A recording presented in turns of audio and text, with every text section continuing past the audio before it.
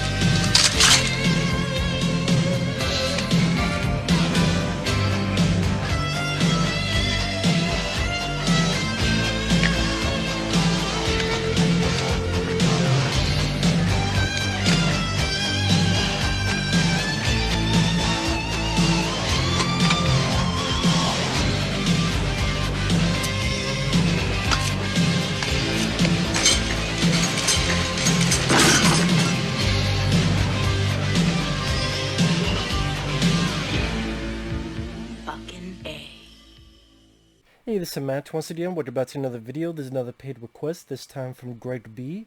And if anyone wants to request pretty much any type of videos, feel free to request and send them either directly to my PayPal or join my Patreon. Both links are down below in the info box. It'll be for pretty much anything, review, topic, reaction, re-review, or anything in between. This is for Witness from 1985. Now, Witness is a film that...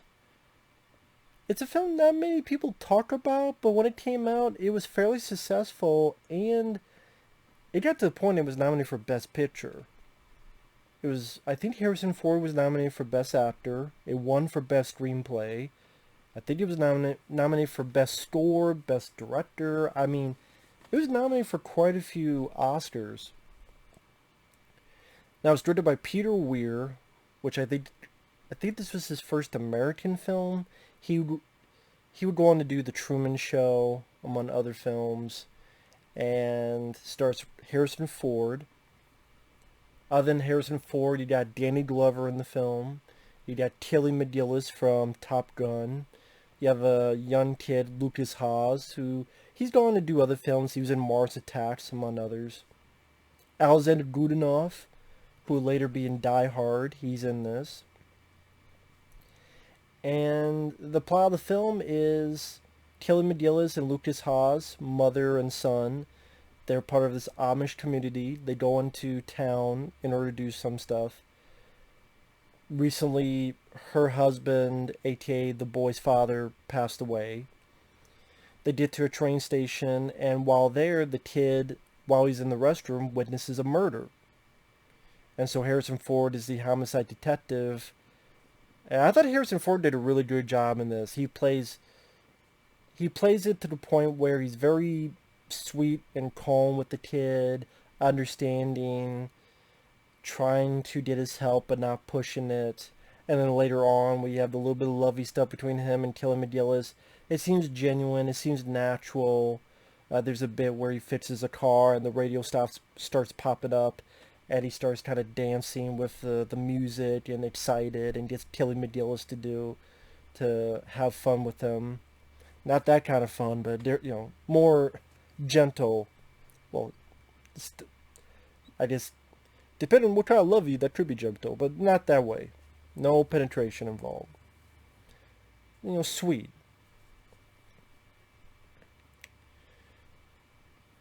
One that leads to know the kid's IDs that the killer was a person who is another cop, played by Danny Glover. I always forget Danny Glover's in this film, but yeah, he's one of the killers. And interesting to see Danny Glover play this type of role. I mean, this is years before he would be in Lethal Weapon, Predator 2. In fact, I got Danny over here. Guess I could ask him. How did it feel being a killer trying to get Harrison Ford? He told me to go fuck myself, so. In case you didn't hear that, he said, fuck yourself, so that was his answer. But I love Danny Glover. Love him, Predator 2, Lethal Weapon. Very talented actor. And, yeah, he doesn't have a lot to do acting-wise, but makes a good presence. And, like I said, interesting and different, because there's not a lot of times he plays the bad guy, almost one of the henchmen, has a shotgun. And so it's nice looking back and seeing something a bit different from actors you enjoy. And then pretty much he realizes there's more people, dirty cops, doesn't know who to trust, so has to go into hiding with the boy and her mom, and they hide him out in the Amish community. And pretty much Harrison Ford is trying to get his bearings and helps out with the Amish community. Now, this is a film that I do like. I've never loved it for some reason. I don't know why, but I do like it. I mean, I don't know if... I'm sorry, I don't know if this is a Best Picture... It didn't win, but it was nominated for Best Picture. I don't know if it's up to that par. But, I mean, it's good. It's competent. It's well acted. The score is really solid. The score is by Maurice Jarre, who sadly has passed away, but he did the score for Jacob's Ladder, which is one of my favorite scores. He did the score for Ghost. He did the score for... He used to do orchestral, but he did more electronic score. Might have started with this film. And he did a really nice job. Gave a nice feeling to the proceedings. Peter Weir did a nice job directing. Whether showing the nice, beautiful landscape of the Amish community and how they stick together. They just want to help each other out. And, you know, Harrison Ford's helping them build, get his hands dirty in the carpentry. There's one bit where we see Danny Glover's point of view, and then through his point of view, we see Harrison Ford come out into view and shoot at Danny Glover's character. I like that there's certain directions they didn't go into that would seem obvious. Like, for example, you get the idea that Kelly McGillis and Harrison Ford are going to try to... There's a little bit of lovey-dovey stuff, but another guy who likes Kelly McGillis is Alexander Godunov. So, I had not seen this in a long, long time, so I was just waiting to the... Oh, they're going to do the whole thing where Alexander Godunov's like, you don't see my woman? We're going to fight. But, I mean, he's Amish, so they're not going to fight. But, like, there's going to be, like, yelling. This big drama, turmoil. It doesn't go that route, which I actually found refreshing. Made it seem a bit different and not totally cliche. So I'm actually glad they didn't go that route. The finale, there's some decent amounts of tension where the three have arrived into the community. Harrison Ford has to use his wits. That bit's satisfying. The drama scenes work fairly well. Like I say, Harrison Ford gives a good performance. It's interesting when you look at his career. Yeah, I think at this point, since the late 70s, he had pretty much just done science fiction or fantasy stuff. Because he had Star Wars. Maybe he did another movie in between. But then you had Empire Strikes Back, 1980. Raiders of the Lost Ark, 1981. You had Blade Runner, 1982. You had Indiana Jones and Temple of Doom, which was 84. Return of the Jedi was 83 before that. So Empire, Jedi, the two Indiana Jones films, Blade Runner, either fantasy or, you know, action-adventure fantasy for Indiana Jones, or, like I said, sci-fi. This was like the first film he played a cop, which seems natural for Harrison Ford, but... And when I mean a cop, I mean not sci-fi like Blade Runner, but just, you know, regular cop movie. Which I said, interesting that this is kind of the first non-sci-fi movie he did, or realistic movie of the 1980s. And then after this, he would do films like Working Girl, Mosquito Coast, with the same director, Peter Weir, Presumed Innocent, Frantic, and that go into the 90s where you had The Fugitive, which is a classic. What was the one he did? Regarding Henry, I remember rather enjoying quite a bit. I think that's underrated, honestly. And I liked Harrison Ford. I liked him as an actor. I liked him as a performer. I liked a lot of films that nobody else does that he's in. I'm one of those guys that really does enjoy 6 Days, 7 Nights with him and Anne Heche. I do like Hollywood Homicide with him and Josh Hartnett. It's not a classic. I'm not putting it up there with fucking 48 Hours and Bad Boys, but I like Hollywood Homicide. I like Cowboys and Aliens. I mean, there's quite a few films in his filmography that's rather enjoyable with Harrison Ford. And this one, he had a nice sense of genuine sincerity to his performance, whether it in being friendly with the kid, making him calm down, be comfortable in the police station, or his interactions with the Amish community, things of that nature. Like there's a point where he yells at the kid because the kid has his gun, but then he immediately goes, "Hey, listen, I don't mean to yell at you, but I just don't want you to get hurt, okay?" That's a very responsible way of showcasing a character that it makes sense why he yells at the kid, because it's dangerous, but then you make him calm the kid down, and you make the kid understand it. In other words, act like an actual responsible fucking human being.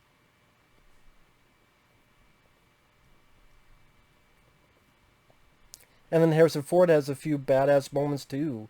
Like he's talking to the bad guy after hearing some bad news.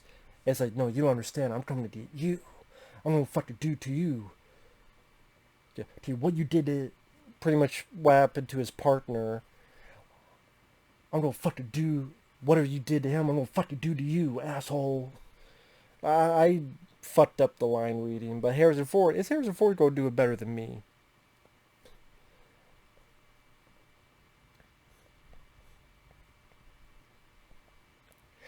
And that's sort of the thing with the movie is that there's nothing, I wouldn't say it's a movie that is a 5 out of 5 star film for me, but yet I can't put my finger as to why that's not the case. But I don't really have much issues with it either. And maybe that's why it got a lot of the accolades. And that's the fact that, the music, the direction, the actors, each one's done efficiently well. You put it all together, it's a pretty decent movie. Pretty damn good movie. So, yeah. Again, I don't know what it is. I don't know if I want to say something is missing, but even I'm watching it, I'm like, well, I'm liking this film and enjoying what it is, but why am I not loving it? I still don't know. I didn't know when I first saw it. I still don't know. No, I don't know what it is why I don't love the film, but this is very spoiler alert for the finales. Spoilers. I like the idea of using his wits, and he makes the one guy suffocate by dropping all that corn on him. Very unique. And like I said, there's a bit where we see Danny Glover's point of view, and then through his point of view, we see Harrison Ford go around the corner and blast Danny Glover with a shotgun. I like the way that it's not typical that you see from the bad guy's point of view. And there's the hero. Like his final moments of life, we see through his eyes before John Book, is Harrison Ford's name. He threw the book at him hard. Right through his fucking chest. Oh, that's a shotgun shell. Alright. And also, they don't go with the typical romantic ending where, oh, she's going to fall in love and run away with him. No, it's It's done. They go their separate ways. I think at one point, the studio wanted Peter Weir to have this dialogue as to, like, why Harrison Ford's not staying with her, and just before the shit hit the fan, they hugged each other and they kissed and it seemed like things are good. But then this happens and then they go their separate ways. They say goodbye to each other. But I understand why Peter Weir didn't want to put dialogue into that. Maybe it seemed a bit too clunky, a bit too sappy, corny. It's just, you can figure out on your own. They live in two separate worlds. He doesn't need to hide there anymore. They go their separate ways. And that's just how it is. And it does make sense of the fact that they shared nice moments of dancing and like one or two kisses, but it's not like they did the shebang horizontal mumbo jumbo for 2 weeks. And then Saya fucking Nara. You know, they share some nice moments, but they go. One's a city guy. One's a Amish girl. Just it ain't gonna work out. But they still had, nice little moments with each other. And Tilly McGillis, sadly, that's someone who doesn't work nowadays. She's not in the Top Gun sequel. It's too bad. Because back in the day with Top Gun and this film, I think Top Gun was actually after this. This Top Gun was 86, and this was 85, so I don't know if this is what got her Top Gun, because this was a hit, and they go, okay, this is a hit, who's in it? Maybe I could cast them in some other movie, and hey, I liked her in that movie, I'll go see him in that. I don't know if they do that nowadays, but they did that a lot back in the day. I read somewhere that Sylvester Stallone was up for the Harrison Ford role, and he said no, and then he said that was one of the worst decisions he ever made in his life. I'm like, I don't know, Sly. I mean, the same year you did Rocky 4 and Rambo 2, because that was 85. So, you know what, Sly? It worked out for you. I mean, Rocky 4 and Rambo First Blood Part 2 were two of the biggest hits of that year and two of the biggest hits of your career. So again, you kind of made out just fine in that aspect. And I would rather you do Rambo 2 and Rocky 4. Sorry, I want those movies. And Harrison Ford did a good job with Witness.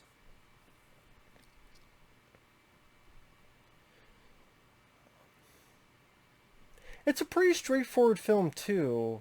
Because I'm trying to think of like what else I could talk about.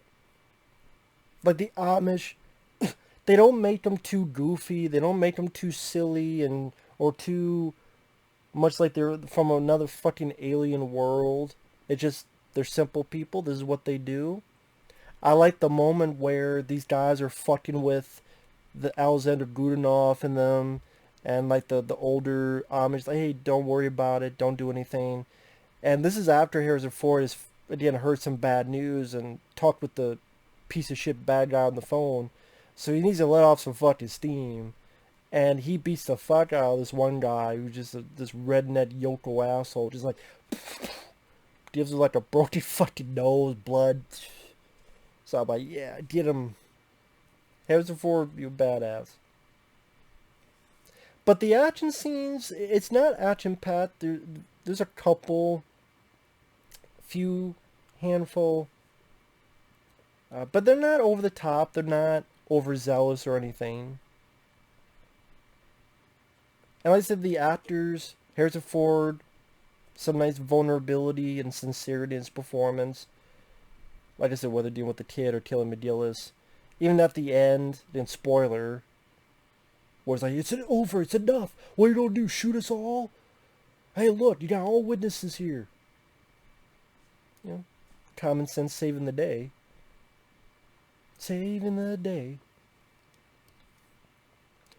Yeah, overall, solid movie. I said decent, but it's more of a solid film. It's a solid movie. It's not like a 3-star movie. No, it's at least... Again, I don't do a lot of star ratings. I have this website called Letterboxd where you can do star ratings. I've tried to get a bit into that more and more. It's at least a 3.5, 4-star film, at the very least. And I can't even pick out what it is about the film that bothers me. And it's not really anything that bothers me, just not something that I get to hear but not hear.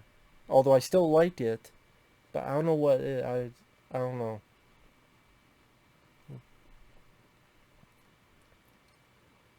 But with that said, decent film. So we will see you guys later. Take care. Bye bye.